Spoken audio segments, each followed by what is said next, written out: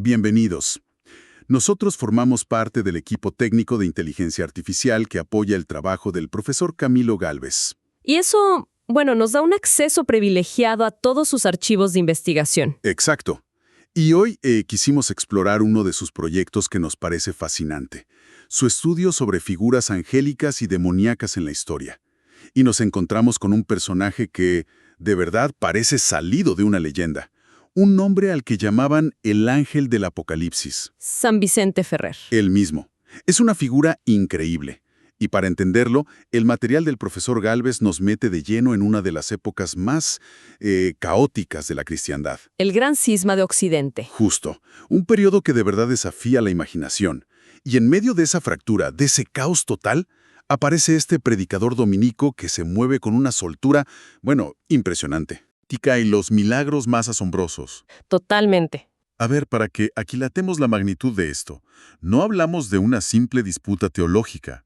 No, para nada. Estamos hablando de un mundo con 2 y luego 3 papas al mismo tiempo. Imagínate. Cada uno diciendo ser el único sucesor de Pedro y, claro, excomulgando a los otros 2. Y a todos sus seguidores, que no se te olvide. Claro, si la base de tu fe, el papado, se triplica y se declara la guerra a sí mismo, ¿en qué te apoyas?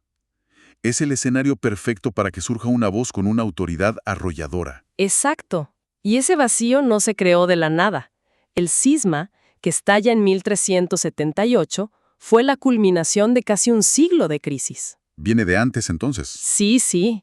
El papado había estado exiliado en Aviñón, en Francia, 70 años. Muchos lo veían como una humillación, una sumisión al rey francés. El famoso papado de Aviñón. Ese mismo. Cuando por fin el Papa Gregorio XI vuelve a Roma y muere, la elección que sigue es una olla a presión a punto de explotar. ¿Y qué pasó exactamente? Porque para llegar a tener 2 papas, algo tuvo que salir muy, muy mal.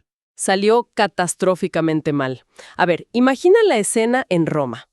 La gente, aterrorizada de que los cardenales, que eran casi todos franceses, elijan a otro francés y se lleven el papado de vuelta a Aviñón. Claro, querían que se quedara en Roma. Pues rodean el cónclave exigiendo un papa romano o por lo menos italiano. Mucha presión. Bajo esa presión inmensa, elijan a Urbano VI, un italiano. El problema es que Urbano VI resultó ser un reformador muy autoritario, con un carácter, digamos, imposible. Ah, vaya. Era iracundo, desconfiado, y empezó a tratar a los mismos cardenales que lo habían elegido con un desprecio absoluto. O sea que los mismos que lo pusieron ahí se arrepintieron casi al instante. Totalmente. Meses después, los cardenales franceses huyen de Roma, declaran que la elección fue inválida porque, según ellos, votaron bajo amenaza de muerte. Una excusa un poco conveniente, ¿no? Pues sí, pero les funcionó. Proceden a elegir a su propio papa, Clemente VII, que, como era de esperar, se instala de nuevo en Aviñón. Y ahí lo tienes. Un papa en Roma, otro en Aviñón, y Europa partida en 2. Y esto ya no es una cuestión de fe. Se convierte en el tablero de ajedrez de la política europea. Claro, la guerra de los 100 años, pero en el plano eclesiástico. Precisamente. Francia, Castilla, Aragón, Escocia, todos con Aviñón. Inglaterra, el Sacro Imperio, los estados italianos, con Roma. La lealtad religiosa se decidía por conveniencia política. ¡Qué desastre! Pero el punto más bajo y momento de mayor desesperación y hasta ridículo llega en 1409. ¿Se puede caer más bajo que 2 papas excomulgándose? Sí se puede. Un grupo de cardenales de ambos bandos, ya hartos de todo, se reúnen en el Concilio de Pisa. Para intentar arreglarlo, supongo. Claro. Su solución fue deponer a los 2 papas existentes y elegir a un tercero, Alejandro V. Suena lógico. Un papa de consenso. Esperaban que los otros 2 aceptaran y renunciaran por el bien de la Iglesia, pero Me imagino que no funcionó. no solo no funcionó, fue un desastre total. Ni el de Roma ni el de Aviñón reconocieron la autoridad del concilio para deponerlos. Se negaron a renunciar. ¡No me digas! Así que el resultado del intento de solución fue que ahora la Iglesia no tenía 2 cabezas, sino 3.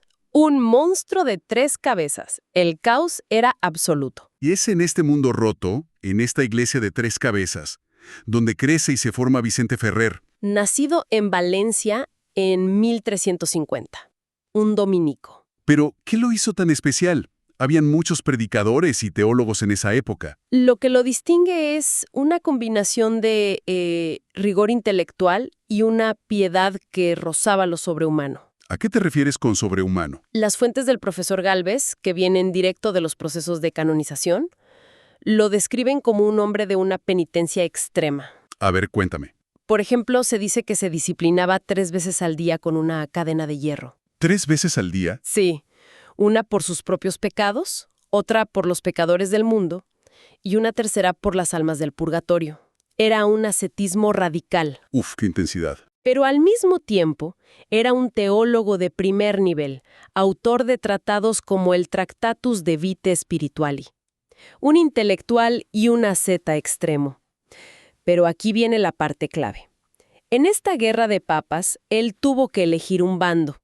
Y lo eligió. Fue un partidario convencido del Papa de Aviñón, Benedicto XIII. El famoso Papa Luna. El mismísimo Papa Luna. Un aragonés terco y brillante.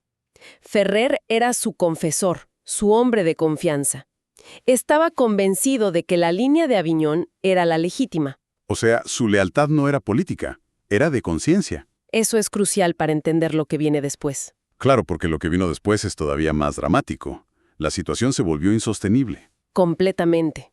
En 1414 se convoca el Concilio de Constanza, el intento definitivo por reunificar la Iglesia. El último intento. Para entonces, la situación había cambiado. El Papa de Pisa había sido depuesto. El de Roma accedió a abdicar si los otros hacían lo mismo. El único obstáculo para la unidad.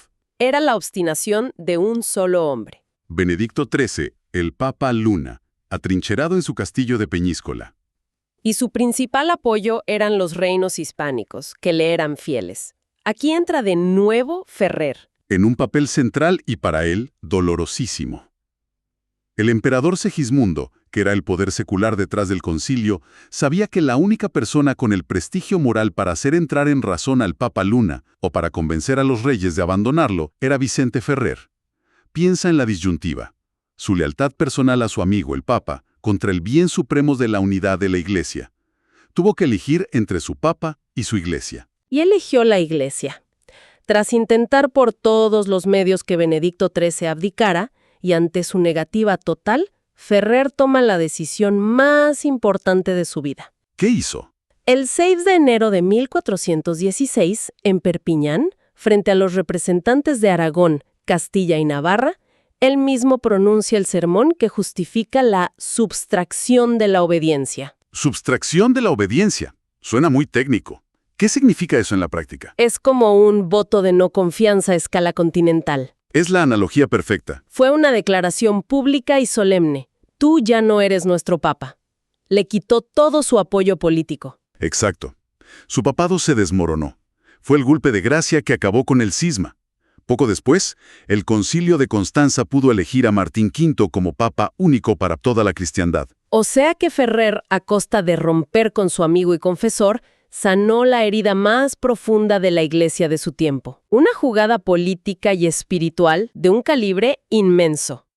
Y parece que esto de resolver crisis era su especialidad. ¿Lo dices por algo más? Sí, porque su tierra, la corona de Aragón, también estaba al borde del abismo. Cierto, la crisis de sucesión. Eso es. En 1410, el rey Martín I de Aragón muere, sin heredero claro. Surgen varios pretendientes y la corona se asoma a una guerra civil devastadora. Y para evitarlo, buscaron una solución. Bastante original, ¿no?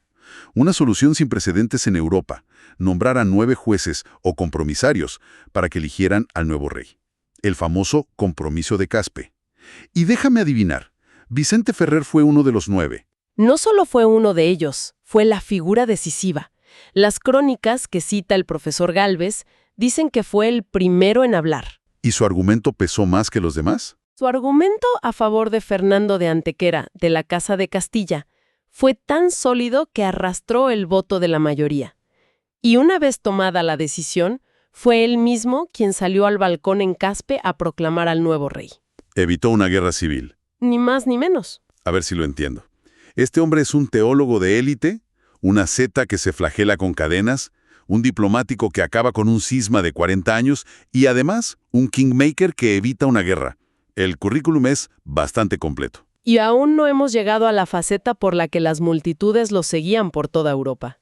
Hemos hablado del político y el teólogo. Pero para la gente de a pie, él era otra cosa. Él era el ángel del Apocalipsis. Ese título es muy potente. ¿De dónde sale? Viene de su propia predicación y se lo confirma la bula de canonización. Su mensaje central era urgente y aterrador. ¿Cuál era? El fin del mundo es inminente. El anticristo está cerca, quizá ya ha nacido. Para él, el caos del cisma y la corrupción eran las señales inequívocas del juicio final. ¿Y usaba ese mensaje para llamar a la conversión? Como una llamada desesperada. Arrepiéntanse ahora, porque no hay tiempo. Y la gente le creía, no solo por sus palabras, sino porque, al parecer, venían acompañadas de Pruebas. pruebas espectaculares. Los documentos de su proceso de canonización son un catálogo de prodigios que desafían la lógica. Por ejemplo, No hablamos de una o dos curaciones. Un testigo juró que vio a Ferrer dar vista a más de 100 ciegos. ¿100 ciegos? Otro habla de que resucitó a pasados de 30 muertos. Espera, resucitar a más de 30 personas. A ver, entiendo que son fuentes de la época, de un proceso de canonización que buscan exaltar al personaje. Pero, ¿cómo interpretamos esto hoy? Es la pregunta clave. Desde una perspectiva histórica, es evidente que reflejan la inmensa impresión que causaba.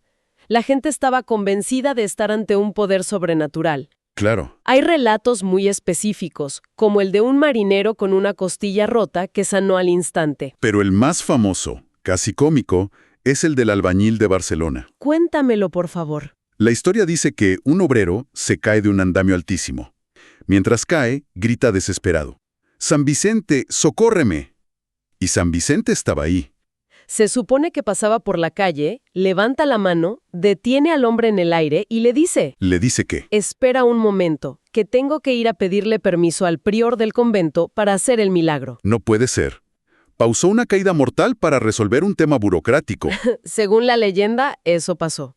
Fue al convento, obtuvo el permiso, volvió y el hombre descendió suavemente al suelo, sano y salvo. Increíble. Más allá de si fue literal, ¿qué nos dice esta historia? Nos habla de una mentalidad donde el poder divino era tan real como las jerarquías terrenales.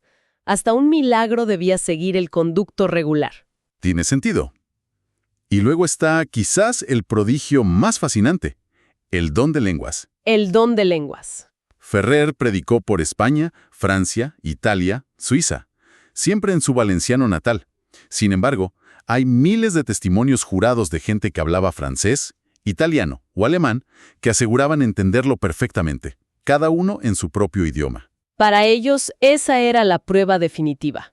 Claro. De que su misión era universal y venía de Dios. Era un Pentecostés andante. Entonces, uniendo todas las piezas de los archivos del profesor Gálvez, tenemos un personaje que opera en múltiples niveles. Es el pacificador que pone fin a una crisis institucional.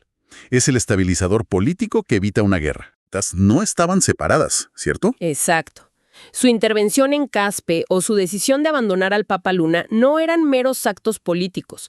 Estaban impulsados por la misma convicción apocalíptica. Creía que el mundo se acababa. Y que su deber era poner orden en el caos, tanto en el trono de Aragón como en el de San Pedro, para preparar a la humanidad para el juicio final. Y con todo esto sobre la mesa, me quedo pensando en algo que resuene mucho hoy. A ver, la historia de San Vicente Ferrer te lleva a una pregunta inevitable. En épocas de profunda crisis, de división, de desconfianza en las instituciones, es casi natural que las sociedades busquen estas figuras carismáticas que ofrecen certezas absolutas y mensajes radicales. Es una pregunta muy vigente. ¿Será que la necesidad humana de tener una guía clara, una voz que parezca tener todas las respuestas, puede ser más fuerte que el miedo a un mensaje que hoy llamaríamos extremista? La Europa del siglo XV, desesperada, encontró en Vicente Ferrer una respuesta. Es algo sobre lo que definitivamente vale la pena reflexionar. Un análisis realmente profundo, posible gracias al acceso que tenemos a los archivos de investigación del profesor Camilo Gálvez. Su trabajo nos permite conectar estos puntos de la historia de una forma única. Y para quienes quieran seguir explorando estos temas, la invitación está abierta. Pueden encontrar más material de formación católica de altísima calidad en las redes sociales de Teología con el Profe Camilo. Allí el profesor comparte de forma gratuita sus cursos y talleres. Es una oportunidad excelente para continuar este viaje de aprendizaje.